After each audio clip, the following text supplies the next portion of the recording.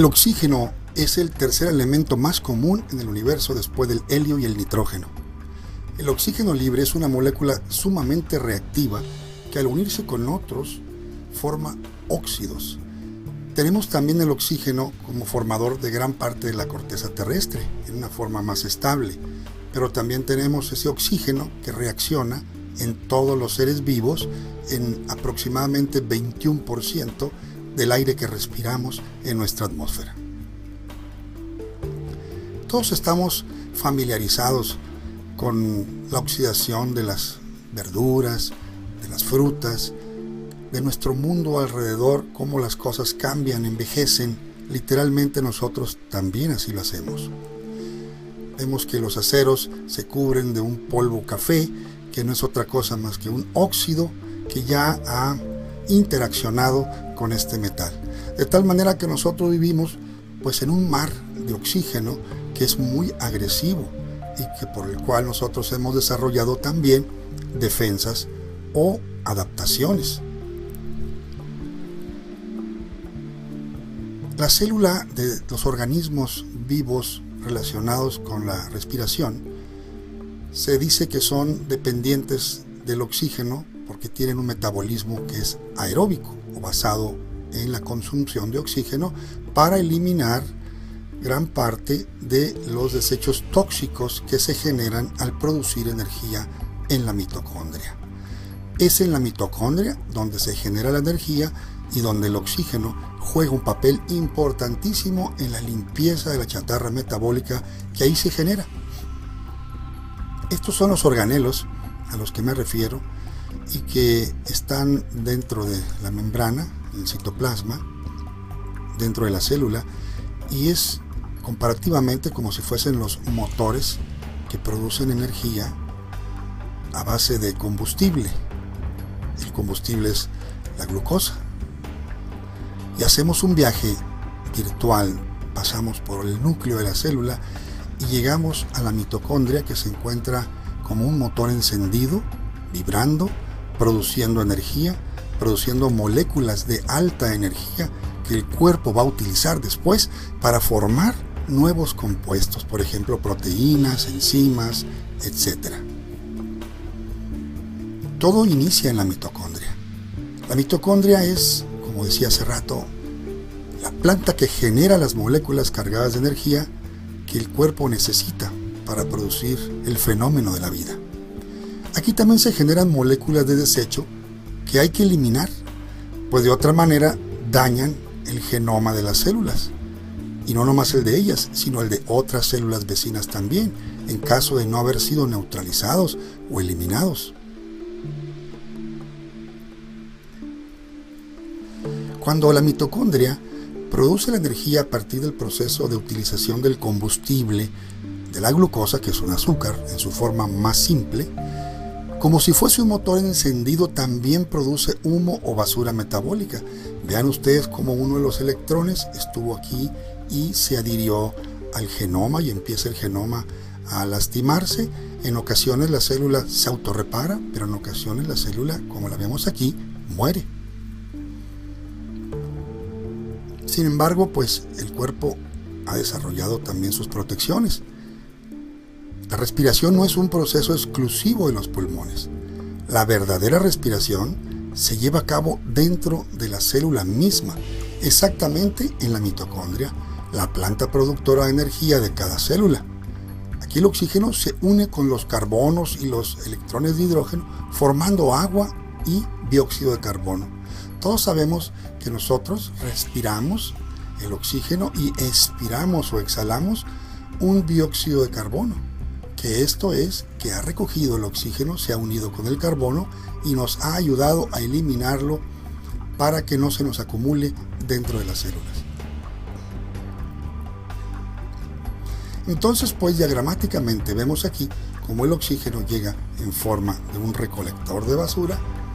Esas moléculas se unen y terminamos formando agua y dióxido de carbono como parte de este metabolismo de la excreción de los productos que han sido ya no utilizados y que no corresponden que se encuentren ahí mismo. vamos a definir lo que es el radical libre, del que hablaremos, ya hemos hablado también en esta plática, como un átomo o molécula, o bien una parte de esta que se encuentre con un electrón que no tiene par, que no tiene a otro como él un balance en una órbita. Si nosotros comparamos al planeta Tierra o el sistema solar, veremos que el núcleo que se encontraría aquí sería el Sol, y orbitando estaría la Tierra y otros planetas. En este caso, esto es una situación meramente comparativa, pero vemos aquí que este átomo se encuentra con un par de electrones bien estable. Si juntamos a otro átomo y los unimos, formaremos una molécula. Si esta molécula se encuentra establemente unida, va a ser muy difícil que reaccione con las otras moléculas alrededor. Pero sin embargo, existen moléculas que no están tan bien unidas unas y otras. Y por otra parte, existen también moléculas o átomos que tienen a sus electrones impares y están buscando completar su número, por lo que esto se le llama una reacción o un radical libre que está buscando reaccionar y recuperar un electrón. Pero ¿qué pasa cuando alguien le quita algo a otra persona? Que esta otra persona se queda sin esa parte, y esta otra persona buscará entonces reaccionar con otra y recuperar lo que perdió. Y entonces, ¿qué sucede? Entonces el radical libre se convierte en aquella molécula que ha perdido ese electrón y buscará a la vez completar sus electrones por medio de robarle a otra molécula ese electrón, y así sucesivamente. Esto es una cadena de formación de especies reactivas de oxígeno. Es decir, se le llama especie reactiva de oxígeno porque básicamente está compuesto por este elemento, pero que tiene características que la hacen reaccionar. Son moléculas agresivas que buscan reaccionar con las membranas, con el genoma, y esta reacción produce un daño.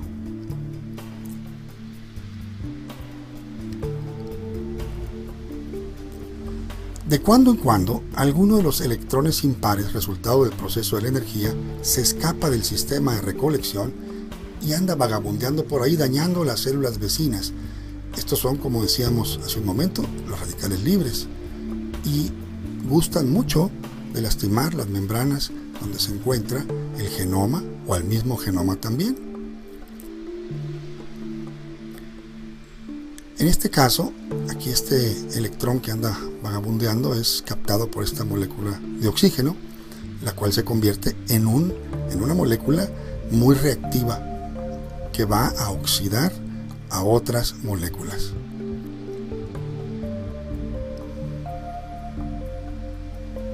Si pensamos que una persona de aproximadamente 70 kilogramos se compone de 60 trillones de células, y estas a su vez tienen un cálculo aproximado de 7 billones de billones de átomos, pues nos daremos una idea del universo tan agresivo e interactivo del cual somos nosotros parte. El daño al genoma, ya sea por una agresión ambiental, y hablamos de agresión ambiental, por ejemplo, la radiación, por ejemplo, el fumar, además el respirar humos de la combustión de los motores, y además de los procesos normales metabólicos, ocurren en una cantidad estimada de 1000 a 1 millón de lesiones moleculares por célula por día, mientras que esto apenas constituye solamente una pequeña parte del genoma humano, que se compone de aproximadamente 6 billones de bases. Las lesiones que no pueden ser reparadas en genes muy importantes, como por ejemplo aquellos genes que tienen la capacidad de inhibir los tumores, si están lastimados no pueden hacer su papel. Por lo tanto, es muy probable que debido a una lesión de estos genes por medio de los factores ambientales o internos, pues los tumores puedan crecer sin nadie que los detenga. De ahí que viene una relación entre el cáncer y estos radicales libres.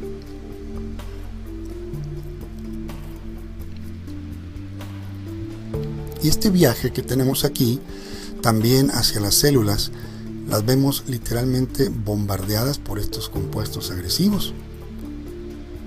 Esto representa los millones y millones de agresiones que en un segundo nosotros tenemos. Imaginemos nosotros que debemos de tener un sistema o un ejército bien apertrechado de municiones para combatirlos.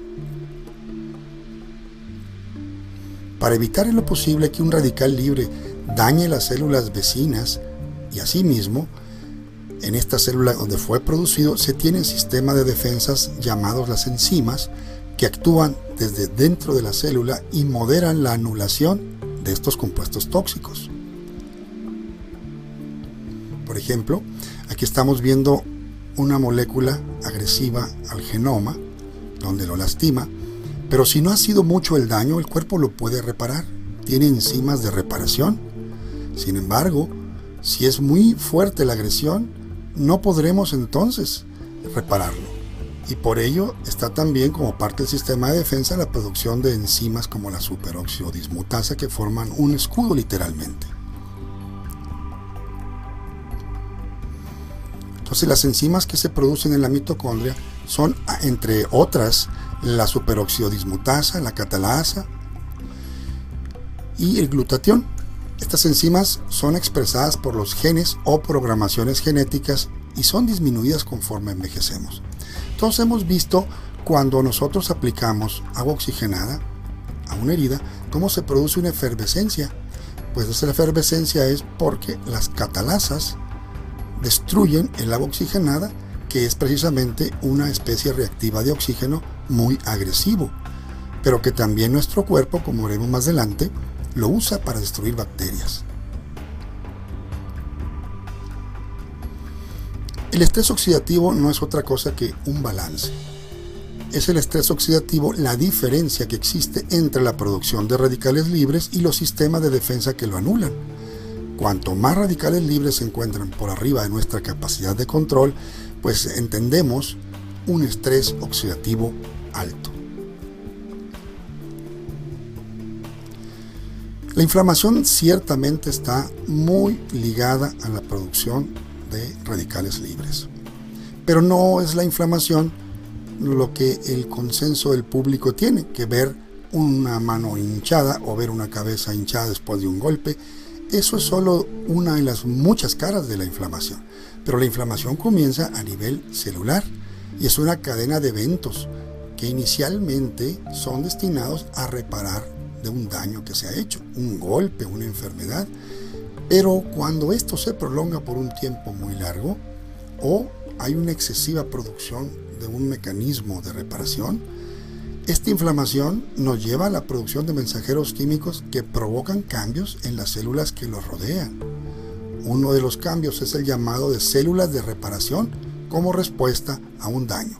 Es decir, las células llaman a otras células que son los reparadores, sea por haber sido lesionado esa célula en forma de una radiación ionizante o en forma de una persona que está fumando todo el tiempo, y entonces se generan cambios constantes de inflamación. Pero estas células que reparan emiten más llamados y más células acuden, y estas en conjunto producen un alto índice de radicales libres, que normalmente sería de ayuda, pero si se prolonga existe un daño al genoma o a las demás células. Por lo tanto, el estrés oxidativo y la inflamación van de la mano. El estrés oxidativo está íntimamente relacionado con un estado inflamatorio y con algunas enfermedades que tiene como denominador común no solo un alto grado de producción de radicales libres, sino también un sistema deficiente para que su modulación o una baja producción enzimática que podría defenderlos.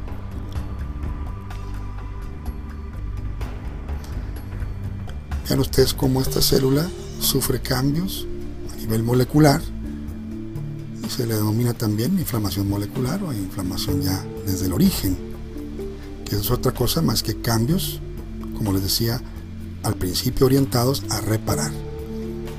La inflamación no siempre es aparente, no duele o se manifiesta en muchas ocasiones, y me refiero a la inflamación crónica. nadie se da cuenta de que sus vasos sanguíneos están siendo taponeados o están siendo llenados de colesterol y se calcifican. Eso no se va sintiendo. Se siente cuando llega el infarto, cuando llega la secuela. Por lo tanto, en los vasos sanguíneos, por ejemplo, al cambiar las cargas eléctricas de la pared interna o del endotelio, permiten que la alteración de ciertas grasas que ya se oxidaron, que reaccionaron con el oxígeno, se vayan gradualmente depositando en la pared y esta se va disminuyendo en su luz. Y está muy reconocido actualmente ese papel de la inflamación crónica silenciosa, precisamente porque no produce, como muchas veces la hipertensión, ningún signo, ningún síntoma. Pero que sin embargo es un hecho probado que la participación de radicales libres es clave en la formación de ateromas, en la formación de lesiones en la pared endotelial. Y aquí hacemos también otro viaje al interior de un vaso, donde podemos ver que poco a poco ese colesterol en forma de placa logra obstruir, y aquí los glóbulos rojos pues se encuentran totalmente bloqueados. Ya no puede haber circulación. La inflamación crónica también está relacionada con la destrucción del cartílago, como en el caso de la artritis reumatoidea, donde existe un alto estrés oxidativo. La artritis reumatoidea, cuyo problema básicamente es un sistema inmunológico averiado, que no reconoce el tejido propio que lo ataca, y existe una guerra campal constante a nivel molecular, a nivel celular, y una de las tejidos o uno de los tejidos atacados es la articulación, por ejemplo, en este caso la rodilla, aunque la artritis reumatoidea ataca en general casi todos los sistemas.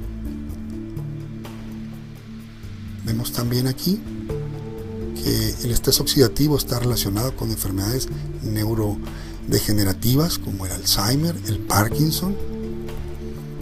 Hay muchos estudios que los señalan como una relación muy importante. También es importante que a veces ciertas hormonas que se liberan son a la vez también productoras de los radicales libres que van a lastimar precisamente a los tejidos nerviosos, los tejidos cerebrales. Y haremos también otro pequeño viaje a ver unas neuronas, las cuales son de alguna manera también lastimadas por los radicales libres.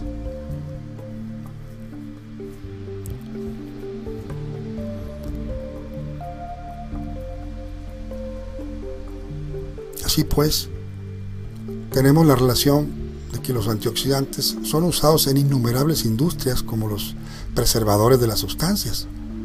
La industria del petróleo, el plástico, los cosméticos, los alimentos y las bebidas, suplementos alimenticios, de farmacéutica, etc. En conjunto, generan una ganancia estimada en 3 billones de dólares al año. Esto según el estudio de mercado de Cerezana en el año 2007. Así pues, donde quiera que volteemos, tenemos las industrias del caucho, tenemos la de los aceites, y todos ellos tratan de preservarse, al igual que nosotros, contra el ambiente corrosivo que produce el oxígeno. Los antioxidantes pues son moléculas que provienen de nuestra dieta, digamos vitaminas, nutrientes naturales encontrados en frutas y verduras, vegetales, son parte de nuestra alimentación ideal, pero pueden ser numéricamente no tan eficaces cuando se trata de combatir números astronómicos de radicales libres.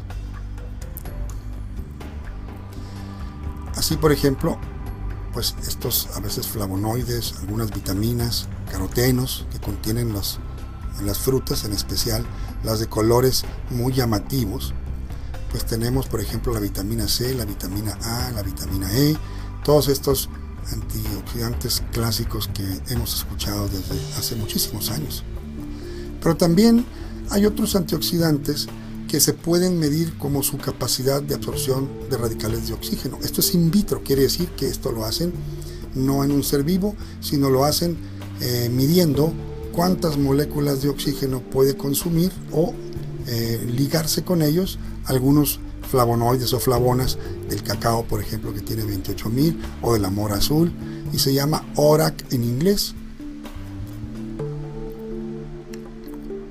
Los antioxidantes actúan menos eficazmente tomando en cuenta la cantidad para atrapar estas moléculas, en caso de que los comparemos con las enzimas producidas dentro de la célula, cuyo papel de protección es mucho mayor desde el punto de vista cuantitativo o de cantidad de moléculas anuladas por segundo. Y esto se debe a que tienen molecularmente más zonas de absorción o de reacción. Los radicales libres tienen un papel dual, digamos, son buenos, pero y son malos también.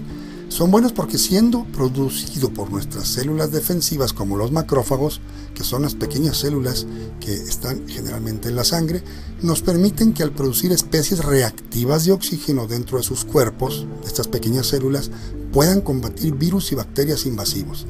También son señales químicas que activan procesos importantes, por lo que no es posible ni deseable eliminarlos completamente. Y aquí vemos cómo nosotros tenemos que defendernos de estos radicales libres y debemos de tener, como decía anteriormente, un buen ejército que esté habituallado de estas enzimas y de una buena nutrición. Las células soldado, como decía hace un rato, arrojan una nube de oxidativos llamados explosión respiratoria. Esta es la explosión respiratoria. Lanzamos un cañón o un disparo literalmente de estos compuestos que oxidan a las bacterias, también a los virus, y estos elementos estas células también desafortunadamente dañan a veces a las células sanas. Por lo tanto, en una situación de reparación puede haber lo que llamaríamos el fuego amigo también. Vamos a concluir sobre el estrés oxidativo, que es una expresión metabólica de eventos a nivel celular donde están involucrados los radicales libres. Las enzimas son mucho más efectivas que los antioxidantes tradicionales.